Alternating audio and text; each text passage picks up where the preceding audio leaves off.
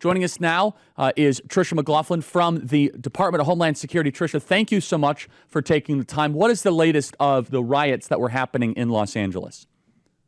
Charlie, we're seeing that in Los Angeles, the rioters are starting to gear up again for another day of rioting. These are by no means peaceful protests, as Gavin Newsom and Karen Bass are trying to force feed the American people. Just last night, we arrested an individual who was throwing Molotov cocktails at our enforcement officers. Our law enforcement, Americans and viewers should be very proud of them in the face of hatred, in the face of taunts, in the face of being pummeled by rocks by rioters. They've been standing strong with dignity, with patriotism and professionalism. I'm so very proud of them, and I know the rest of the Trump administration is as well. So let's kind of dive deeper into this. What is the status of the immigration raids in LA, and is the work of ICE being deterred by what is happening on the ground right now in Los Angeles and these riots? No, we know rioters are trying to slow us down. They're trying to stop us, but not at all, Charlie. We are doubling down. We are ramping up enforcement efforts. I mean, these are just a few of the individuals who we've arrested in the past 72 hours. A rapist with a foreign object, a second-degree murderer. I mean, a murderer of who is trying to kill high schoolers. These are horrendous, worst of the worst people, and that we're getting them off of Los Angeles' streets, Charlie. I mean, Karen Bass and Governor Gavin Newsom have been calling for ICE to release all of those arrested. These are heinous individuals who have been convicted of crimes, and we're holding them accountable. We will not be slowing down, Charlie. We're just going to keep going and arresting more illegal immigrants. Let's play 373, please. We need to stop the raids. This should not be happening in our city. It is not warranted, and the only thing it does is contribute to chaos. This was chaos that was started at Washington, D.C. On Thursday, the city was peaceful. On Friday, it was not, because of the intervention of the federal government. So what is your response? It's all Donald Trump's fault, and she says they're not warranted. Your response, Tricia? Well, first of all, these riots are a natural escalation of the fact that Karen Bass and these other left-wing politicians have been calling our ICE enforcement operators like the Nazis, like the Gestapo. It's disgusting rhetoric. It needs to end. Our ICE enforcement officers are facing a 413% increase in assaults against them, Charlie. But further, our ICE enforcement and our law enforcement are just carrying out the law and getting these illegal immigrants off of American streets. So I think what she's saying is pathetic. She doesn't have the backs of law enforcement, and that's very clear. I'm so glad President Trump has the moral fortitude and the foresight to call in the National Guard and other military resources to make sure that Los Angeles is safe and we don't see what we saw in 2020, which is our great American cities being burned to the ground. And so talk about the pace at which these raids are happening. About how many arrests are we averaging a day in some of these major cities, such as Los Angeles or New York? And for example, LA, we're seeing so much attempts to dox these agents, to go after the ICE officials. And unfortunately, riots like this are putting ICE agents' life in jeopardy when they do these raids and when they go and do these arrests. Why don't you walk our audience through what does a typical raid or arrest look like actually in practice? Yeah, Charlie, they're very targeted raids. They typically occur early in the morning.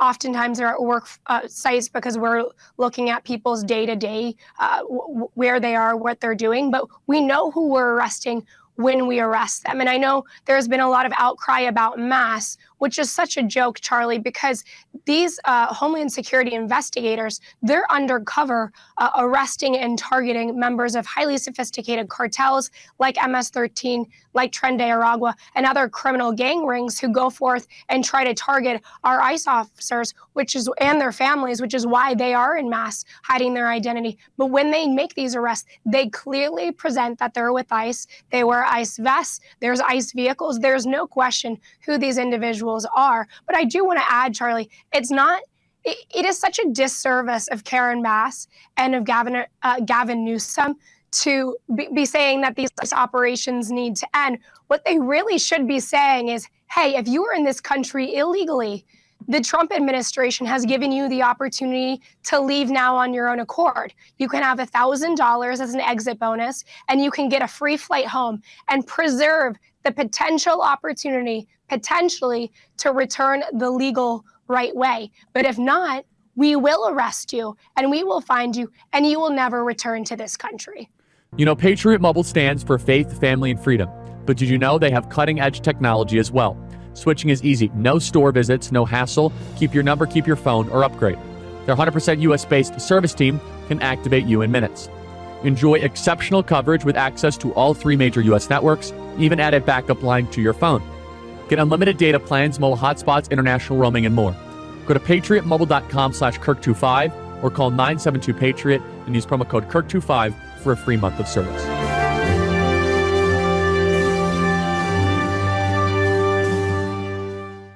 And so what will the big, beautiful bill mean for the Department of Homeland Security to be able to increase our deportation numbers? And what is a daily goal that you guys at the department want to hit? And look at those videos. Look at that, guys. I want to keep that up on screen. Those are police officers being pelted with deadly objects, and they had to go under a highway. I want you guys to look at that right there. They're under siege. The police officers are under siege right there by illegal Mexicans, many of whom, that are attacking them for just driving on the street. The lawlessness is remarkable. They're risking their lives for us. And sadly, unfortunately, I'm sure a lot of them are also legal. But Tricia, what will the big, beautiful bill mean for you and your department? And what is a daily goal that you guys want to hit? Charlie, I'm so glad you brought this up.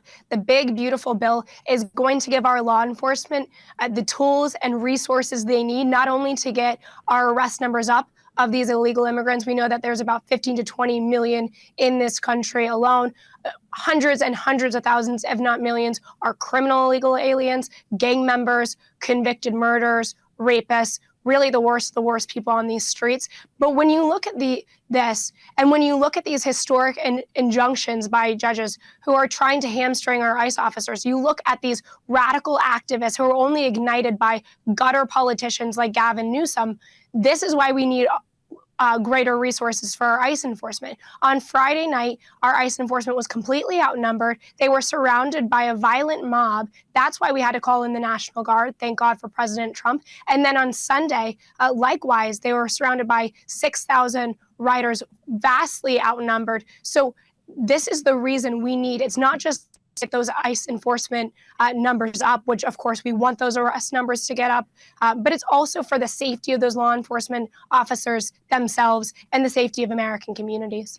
Yes, and so the increase of ICE agents has not happened since the creation of the department. Can you reiterate that, please?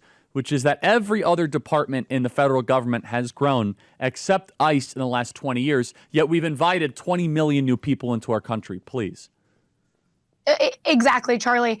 We are vastly underfunded at ICE, and that includes personnel. For the last 4 years, our ICE officers haven't been getting pay increases.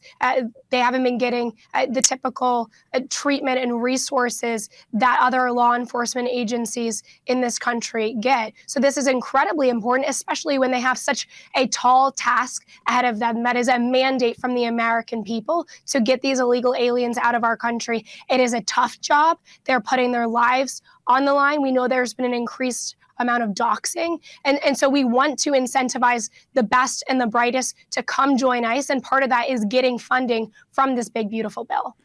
And so once this bill is passed and you guys will be able to have the funding to do the deportation effort, as well as securing the southern border, the hot spots in the country, we see Los Angeles, we see Houston, and we're going after the worst of the worst. Can you also talk about visa overstays as well, and how that is also an emphasis and a focus of the deportation efforts of the department? No, absolutely. And Charlie, as a lot of your viewers probably know, that Boulder terrorist, he wasn't on a visa overstay, that he was illegally in this country. And we talk a lot about how Biden broke the border and just had a porous border, allowing millions of illegal immigrants into this country. But we talk less about how they completely corrupted the integrity of our legal immigration system by these different parole programs, Cuba, Haiti, Venezuela, Nicaragua, letting millions of illegal immigrants in, basically by rubber stamp, acting as if they are here legally with very little vetting. That's been a huge problem because we don't quite know who is in our country. We know that through these parole programs like temporary protected status, which is a program that was supposed to just be used in extenuating circumstances and very temporarily, those have been completely corrupted. So it's so important for us to have the resources once we end programs like CHNV that I just mentioned, like temporary protected status, that we are able to locate these individuals. And if they don't self-deportate on their own, that we're able to pick them up, arrest them, and deport them. Tricia, thank you for your time. Final thoughts here, 45 seconds. What are the biggest concerns facing the agency, and how can the audience help? You know, Charlie, I think that the vilification of our law enforcement is incredibly concerning. If you see an ICE officer, if you see a CBP officer, thank them for the hard work they're doing. These gutter politicians really are working overtime to demonize them and vilify them. And please call your congressman, call your senator, and let's get that big, beautiful bill passed, because it is essential for securing our border and getting these arrest numbers of illegal immigrants up. Tricia, thank you so much. Talk to you soon. Really appreciate it. Thank you. Thank you.